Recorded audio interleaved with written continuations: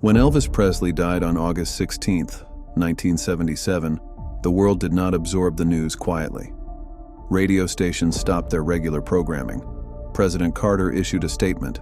An estimated 80,000 people converged on the streets of Memphis in the August heat. 2 days later, on a Thursday afternoon, the funeral was held in the living room at Graceland, a private service. Roughly 200 people, family and close friends, and a handful of faces that the outside world would have recognized immediately. Some of those faces were expected, some were not. Today we look at the unexpected famous faces at Elvis Presley's funeral.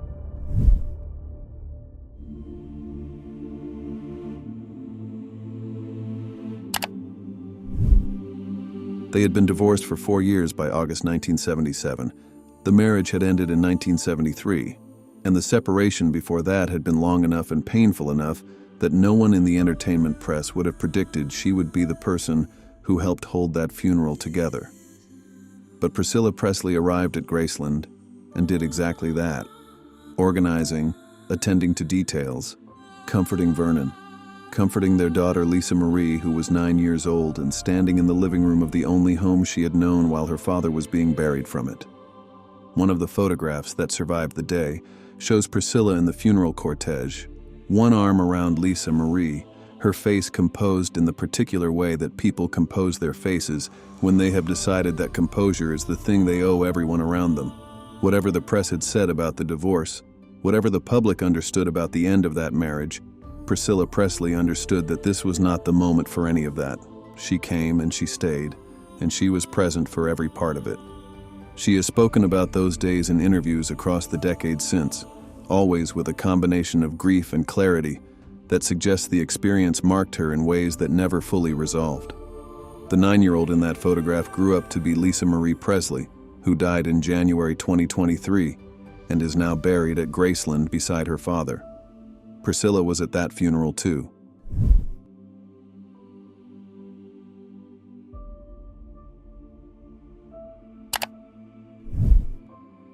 She was the one that everybody noticed. Ann-Margret arrived at Graceland on August 18, 1977, escorted by her husband Roger Smith, and the photographs from that day show her visibly undone by what she was walking toward. She and Elvis had made Viva Las Vegas together in 1964, and the on-screen chemistry between them had been so immediate and so obvious that the tabloids had spent years analyzing what was happening off-screen. Whatever the truth of it, those who knew both of them agreed that the connection was real. A specific recognition between two performers who had arrived at similar places by different routes, who understood each other's world from the inside. She had stayed in touch with him over the years, through her marriage and through his. She sent flowers to Graceland when she heard the news on August 16th. She sent a guitar-shaped arrangement. Then she got on a plane. She has described the funeral in interviews as one of the most difficult things she has ever experienced. And given that her husband Roger suffered a debilitating stroke in 1974, and she spent years as his primary caregiver while continuing to work, that is a statement that means something. Ann-Margret is in her 80s now and still performs. She has never spoken about Elvis without the kind of care that people reserve for the things that mattered most.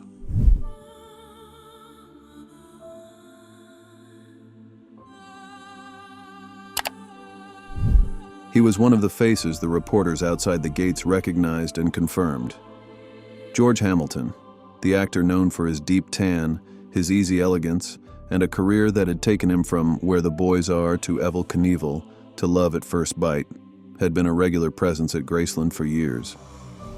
The friendship between Hamilton and the Presley family was one of the quieter and more genuine relationships in Elvis's life, the kind that never generated much tabloid attention, precisely because Hamilton was not competing with Elvis for anything, and Elvis was not suspicious of him for anything. He had spent holidays at Graceland. He had watched the household operate and had understood, better than most Hollywood visitors, that what Elvis had built there was less a mansion than a compound where a specific kind of family gathered and stayed. Hamilton later spoke about Elvis with the specificity of someone who had actually paid attention, not performing grief for the cameras, but recalling particular evenings and particular conversations with the plainness of a person who had been present for them. He stood in that living room on August 18th, dressed in mourning, and then he went home to Hollywood. He is 86 years old in 2026 and still appears in films. The Presley family had lost a genuine friend, and he had lost one too.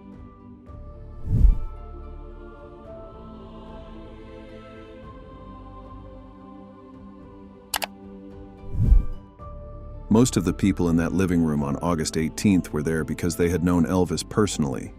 Chet Atkins was there because he had been there at the beginning. As head of RCA's Nashville operations in the 1950s, Atkins had been one of the primary architects of the Nashville sound, the polished, orchestrated production style that dominated country music through the late 1950s and 1960s. And it was under his supervision that many of Elvis's early RCA sessions were produced. After Sam Phillips sold his contract in 1955, Atkins had been in the room, literally, when some of the most enduring recordings in American music were being made. He was also one of the finest guitarists who ever lived, a fact that Elvis had always acknowledged. The relationship between them was professional before it was personal, but it was real in both directions.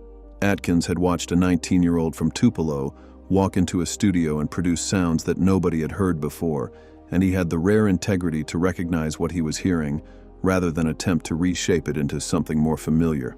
He flew to Memphis and sat in that living room and paid his respects to someone he had known since before anyone else had known him, when it was still possible to imagine that the voice might not change everything. He was 62 years old in 1977. He died in 2001 and was inducted into the Rock and Roll Hall of Fame the same year, joining the man whose funeral he had attended.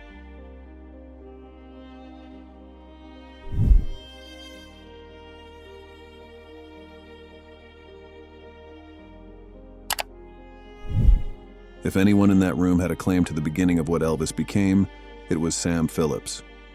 The founder of Sun Records in Memphis had recorded Elvis Presley's first professional sides in 1953 and 1954, had heard something in the rough, unfinished voice of a truck driver who paid $4 of his own money to record a song for his mother, and had staked a business and a vision on what he believed that voice could do.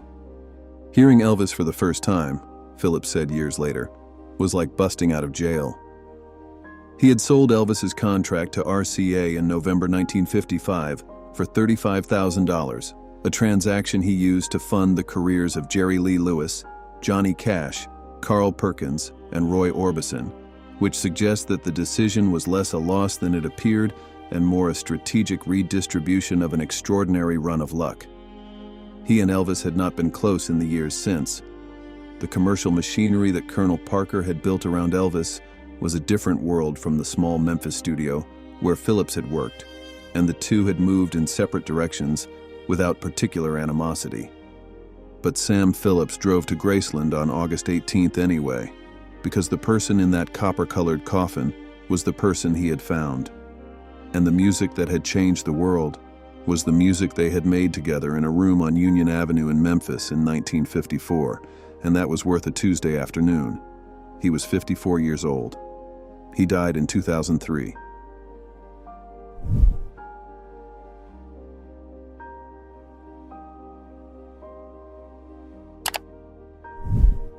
He arrived in a Hawaiian shirt. He wore a baseball cap and smoked his trademark cigar. This was a man who had managed the most famous entertainer in the world for 21 years, and he stood at the edge of the service in Graceland's living room on August 18th, 1977, dressed as though he had been interrupted on his way to a vacation. There are accounts that suggest the colonel was in a state of shock, and that the casual clothing was less a deliberate choice than the result of a man who had simply grabbed what was near him. There are also accounts suggesting it was entirely deliberate.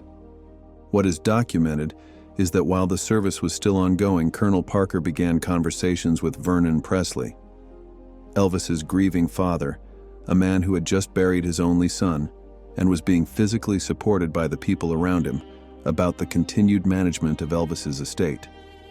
The arrangement they reached that day gave Parker ongoing control over the commercial exploitation of Elvis's name and image in the years after his death. The terms were described by those who examined them later as spectacularly unfavorable to the Presley estate. Colonel Tom Parker was born Andreas Cornelis van Kuijk in Breda, the Netherlands, a fact he concealed for most of his life. He had no legal authority to manage anyone.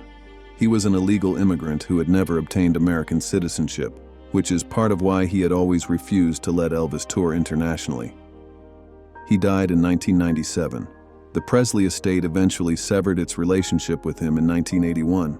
The Hawaiian shirt has passed into history as one of the more precisely observed details of a very strange afternoon.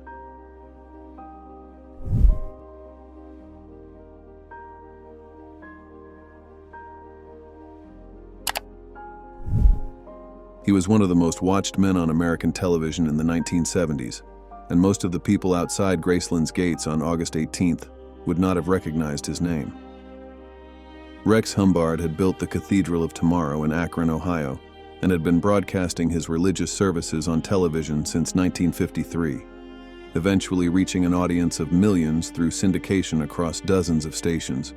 He was the first televangelist to build a national audience through the medium, predating Jerry Falwell, Jim Bakker, and Pat Robertson as architects of the Christian television industry. Elvis had watched him.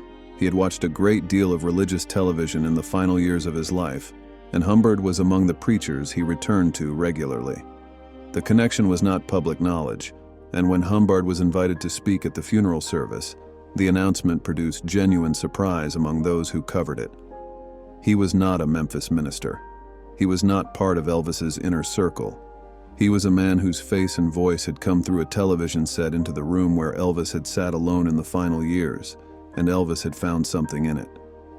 Humbard spoke at the service with the confidence of someone accustomed to rooms full of grief and the specific grammar of comfort that those rooms require. He died in 2007 at the age of 88, having outlasted most of the medium he had helped to create.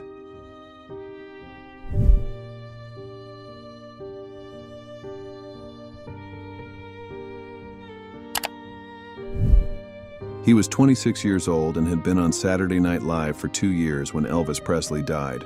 Bill Murray heard the news on August 16th and made an immediate and entirely unplanned decision. He was going to Memphis. He put himself on a standby list for a flight, 27th on the call list, which is not a position that typically results in getting a seat. He got a seat. Murray did not attend the private funeral service inside Graceland. He was not invited, and he knew he was not invited. What he did was get on a bus that ended up near the front of the funeral cortege on August 18th, and he rode through the streets of Memphis, watching hundreds of thousands of people standing in the August heat under overpasses for a patch of shade, waiting to see the 17 white cars pass by.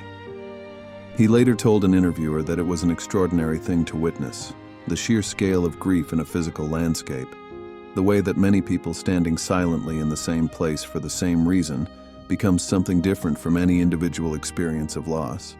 He also recounted running across Forest Hill Cemetery to find the gravesite, being met by motorcycle police, and realizing he had run to the wrong grave. The one he had reached was Gladys Presley's, Elvis's mother, who had died 19 years earlier. He stood there for a moment anyway. Murray has spoken about Elvis with genuine feeling across the decades since, performing his songs at karaoke bars, dressing as him for magazine covers, singing his Christmas music with Norah Jones, the 26-year-old who stood at the wrong grave in Memphis in August 1977, never quite stopped paying attention.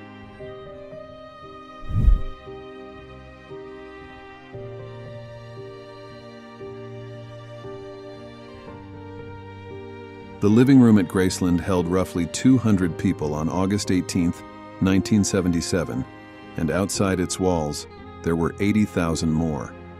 The ones inside came for different reasons: old love, old debts, old connection, shock, obligation, and in at least one case, business. The ones outside came because they had grown up with a voice that had been part of the furniture of their lives, and they did not know what else to do when the voice stopped. What the day left behind is a set of images and accounts that still reveal things about who Elvis was and who the people around him were. Not on stage, not in the press, but in the specific circumstances of a funeral where nobody had a performance to give. Some of those people showed up, some dressed appropriately. Most of them, in the end, just showed up. Which of these stories surprised you most? Let us know in the comments. And if you want to keep coming back to the moments in music history that still have things to say, subscribing is the way to stay.